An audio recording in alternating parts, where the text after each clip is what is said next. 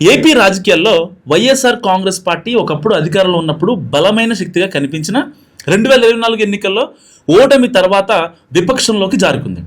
ఈ ఓటమి తర్వాత పార్టీ అనేక రాజకీయ సామాజిక సవాళ్లను ఎదుర్కొంటోంది. ముఖ్యంగా కమ్మ సామాజిక వర్గం నుంచి వచ్చిన నాయకులు, వారి అనుచరులు పార్టీలో అసంతృప్తితో సైలెంట్గా మారడం లేదా దూరం అవడం వైసీపీకి కొత్త సంశయంగా మారింది.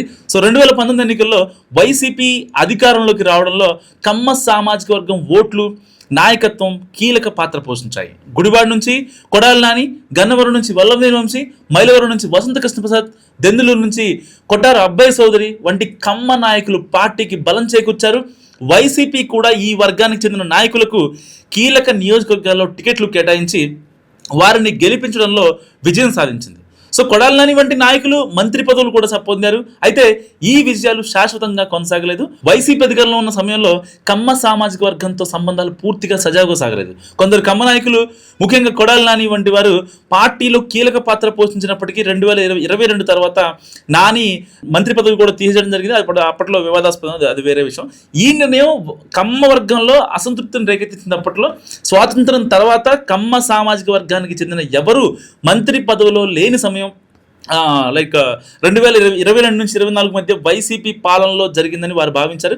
సో ఈ సంఘటన కమ్మ నాయకులు, అనుచరుల్లో అవమాన భావాన్ని కలిగించింది. అదనంగా వైసీపీ అధికారంలో ఉన్నప్పుడు కొన్ని కులాల పట్ల కఠినంగా వ్యవహరించిందన్న ఆరోపణలు కూడా ఉన్నాయి. కమ్మవర్గం కొంతమంది వైసీపీ నాయకత్వంపై అసంతృప్తితో ఉన్నారని, పార్టీ వారి రాజకీయ ఆకాంక్షలను నిర్లక్ష్యం చేసిందని భావించారు.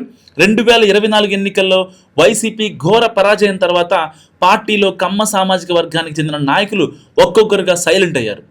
మైలవరం ఎమ్మెల్యే వసంత కృష్ణప్రసాద్ ఎన్నికలకు ముందే టీడీపీలో చేరక కొడాలి నాని ఎన్నికల తర్వాత పూర్తిగా మౌనం వహిస్తున్నారు. గన్నవరం ఎమ్మెల్యే వల్లభనేని వంశీ కేసుల కారణంగా అరెస్ట్ అయ్యారు. సో ఆయన బయటకు వచ్చినా రాజకీయంగా యాక్టివ్గా ఉంటారన్న నమ్మకం ఎవరికీ లేదు. ఇంకా దెందులూరు మాజీ ఎమ్మెల్యే కొట్టారు అబ్బాయి చౌదరి, వినుకొండ మాజీ ఎమ్మెల్యే బోళ్ల బ్రహ్మనాయుడు వంటి నాయకులు కూడా రాజకీయంగా నిశ్చలంగా ఉన్నారు, కాన్స్టెంట్గా ఉన్నారు. ఏ మాట మాట్లాడితే ఏదొచ్చి పడుతుందని భయంలో ఉన్నారు. ఈ నిశ్శబ్దానికి కారణాలు చాలా ఉన్నాయన్న చర్చ జరుగుతుంది. ఒకవైపు టీడీపీ అధికారంలో ఉండడంతో వైసీపీ నాయకులపై కేసులు, ఒత్తిళ్లు పెరుగుతున్నాయి. మరోవైపు కమ్మ సామాజిక వర్గం నుంచి వీరికి ఊహించిన స్థాయిలో సమర్థన లభించకపోవడం, అంటే ఒక సపోర్ట్ లభించడం కూడా ఒక కారణం చెప్పుకోవచ్చు.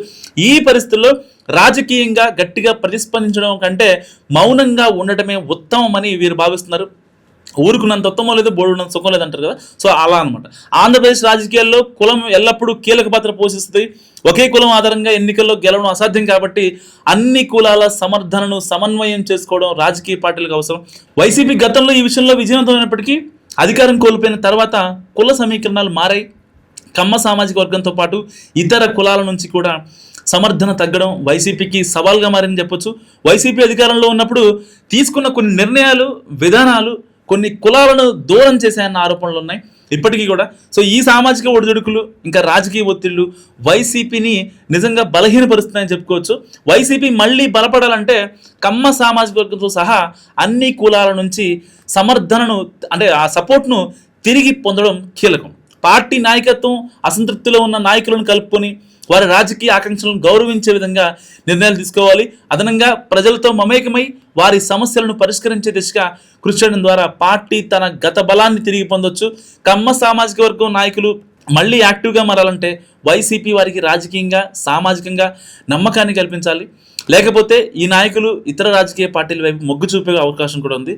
సో ఇది వైసీపీకి మరింత నష్టం కలిగించవచ్చు. సో వైసీపీలో కమ్మదనం తగ్గింది. దాని గురించి మీరు ఏమనుకుంటున్నారో కామెంట్ రూపంలో చెప్పండి.